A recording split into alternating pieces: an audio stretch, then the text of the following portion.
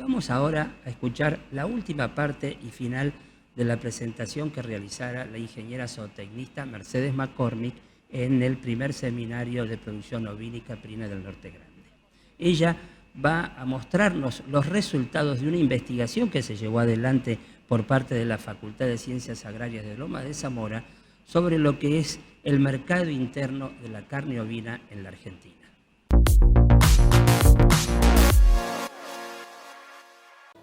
Entre los estudios de mercado que hicimos en el 2001, en el 2005, y ahora la Secretaría de Agricultura, a pedido de la Mesa Ovina Nacional, hizo un estudio de mercado nuevo. ¿Por qué? Porque había cambiado todo, digamos, en el mercado. Ya el cerdo estaba ocupando un lugar que en el 2000 no existía. En el 2000 no teníamos este consumo de cerdo. Entonces cambia la mirada de los consumidores y además cambian los consumidores, ¿no? Vieron que antes de la pandemia hubo un boom gastronómico y en todos lados empezaron a aparecer los food trucks, por ejemplo, las ferias gastronómicas. La gente cuando pasea, cuando está de turismo, lo que quiere es ir a comer lo típico de la zona. Yo vine acá y me comí el chipá, ese que, ¿cómo se llama? Chipá, el bocá, ese. ¿Por qué? Porque me resultó novedoso, no lo había probado nunca y vengo acá y quiero probarlo. Entonces, eso pasa, cuando uno viaja, quiere comer lo típico de ese lugar. Y bueno, estas ferias gastronómicas hacen explotar a los productos, son interesantísimas. Y en Buenos Aires, donde tenemos, yo les decía a algunos de ustedes, antes de la pandemia teníamos 6 millones de habitantes por día que comen afuera de su casa y 6 millones de turistas que dan vuelta por Buenos Aires buscando productos. Es un número sumamente interesante. Estas ferias gastronómicas lo que permitieron es que el cordero empezara a tener un lugar. Hay varios que se aparecieron con hamburguesas, la hamburguesa que se toma cerveza y se come la hamburguesa, y eso fue haciendo que el cordero entrara también en los jóvenes, ¿sí? Empezaron a aparecer las empanadas, digamos, otros productos.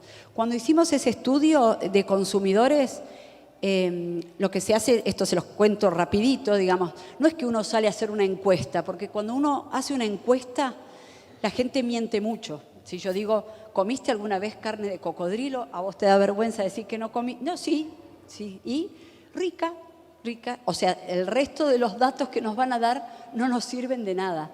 Entonces lo que se hace cuando se hace un buen estudio de mercado es sentar un grupo de personas, 8 a 10 personas, con un psicólogo o sociólogo que está contratado para eso, de una determinada edad, de determinado sexo, de determinadas características de acuerdo al estudio, y se los hace conversar.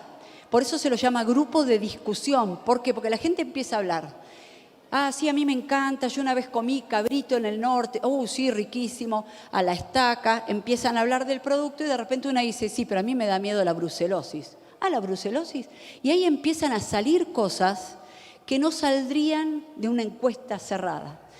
Yo les comento cortito para que se entienda la idea. Cuando hicimos un estudio de mercado de queso de oveja, primero todos los productores que tenían tambo de ovejas y vendían queso ya creían que en Argentina todo el mundo había probado el queso, porque se lo di a mis vecinos, lo vendí en la zona, pude entrar a un mercado en Buenos Aires. Sí, ya todo el mundo conoce queso de oveja.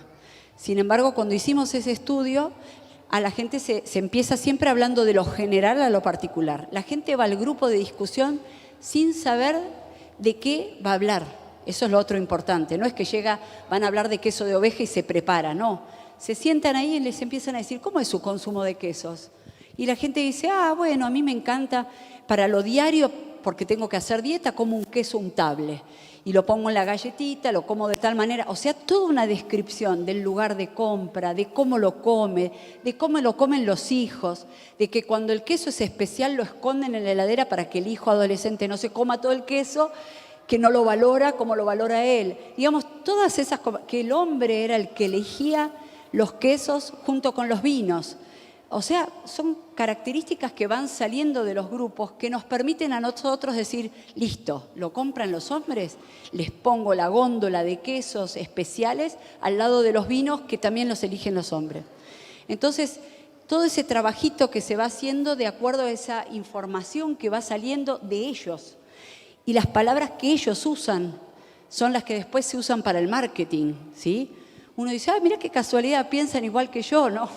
Ya fueron estudiados y por eso está escrito eso, es que dijimos nosotros en un grupo de discusión. Entonces, cuando llegábamos, la gente describía, cuando dijimos, bueno, ¿y qué quesos con? Bueno, los quesos blandos, los quesos, empezaban a hacer clasificaciones naturales. Entonces decían, como queso, había quesos blandos, quesos semiduros y duros, por ejemplo. Pero después empezaron a decir, bueno, por ocasión de consumo los podemos clasificar. Los quesos diarios y los quesos especiales para una ocasión especial. Entonces, ¿y qué quesos pondrían en una ocasión especial? Y entonces la gente empezaba a mencionar que el brie, que el gruyère, que el camembert, que lo como, lo abro, que le pongo el whisky, que lo como con amigos, que los viernes a la noche me doy un gustito y pago ese producto un poco más.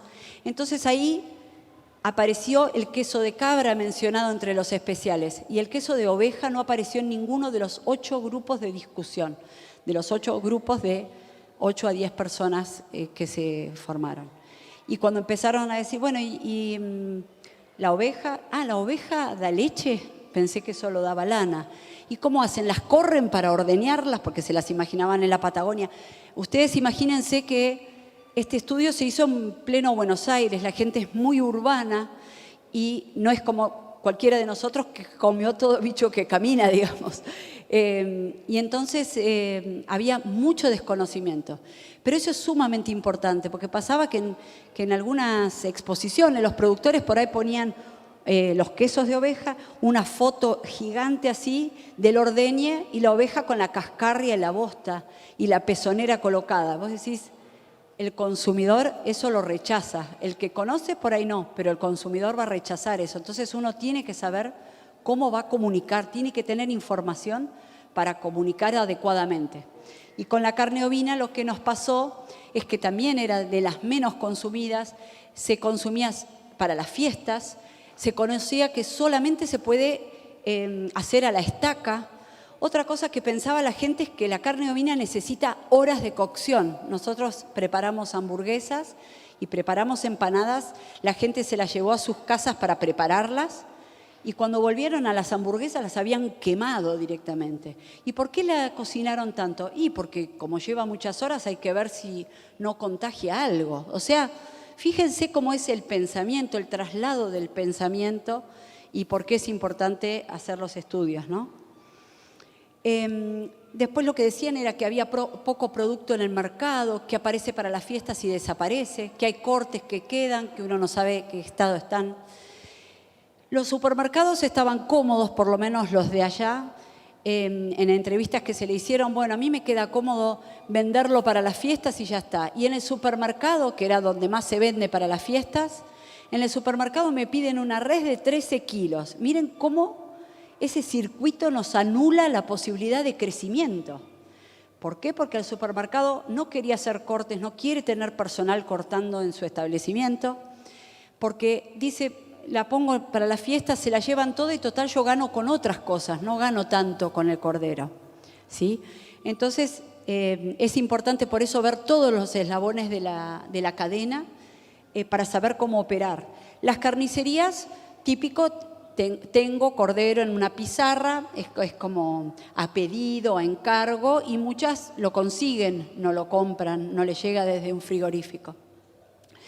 Los matarifes quejándose de que a veces hay, a veces no, los frigoríficos les dije recién, y el canal Oreca, que es hotelería, restaurante y catering, hace añares que el cordero es un plato gourmet espectacular y de los más caros de la carta. Eso es lo que es restaurante. Entonces, la idea es, ¿se puede crecer solo con cordero liviano, que lo tengo de manera estacional? Que el frigorífico me pide ese cordero porque le queda cómodo venderlo en el supermercado pide ese cordero, los consumidores comen lo que les dan porque es lo que les están ofreciendo y entonces de esa manera me mantengo en este círculo, que es lo que viene pasando, hará 20 años que pasa esto.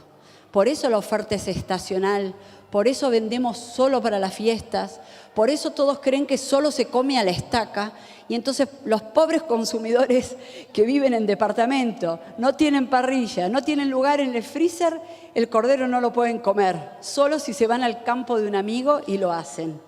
Es decir, nosotros nos estamos privando de venderle a un mercado que es sumamente interesante y lo sabemos y sabemos que gusta mucho porque hay muchos emprendimientos que han avanzado en la cadena y hoy están entregando 27 cortes de carne ovina, la trozan a la res, las reses más pesadas y con eso entregan todos estos cortes.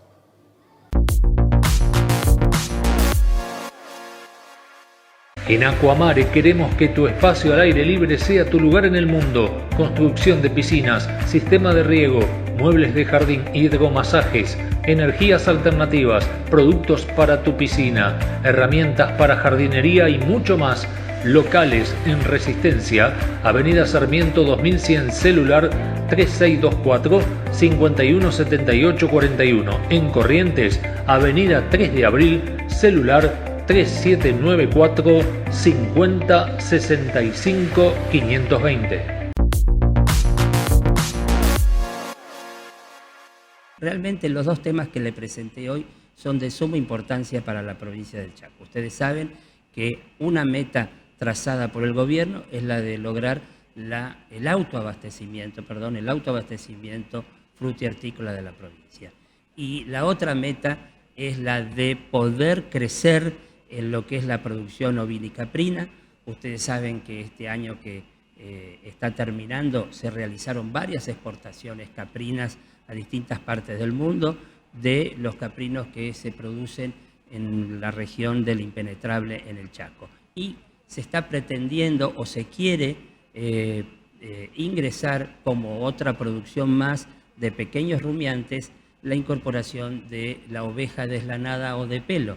Es una oveja que se adapta perfectamente bien a nuestras temperaturas, a nuestras latitudes y es muy buena productora de carne. Así que creo que fueron dos temas sumamente interesantes e importantes. Como siempre les digo, aquellos productores que quieran tener mayor información, solamente tienen que hacer un mensaje por WhatsApp al 3624 35 58 47 o mandar un mensaje a nuestra dirección de correo electrónico amanecerruraltv@gmail.com solicitando mayor información.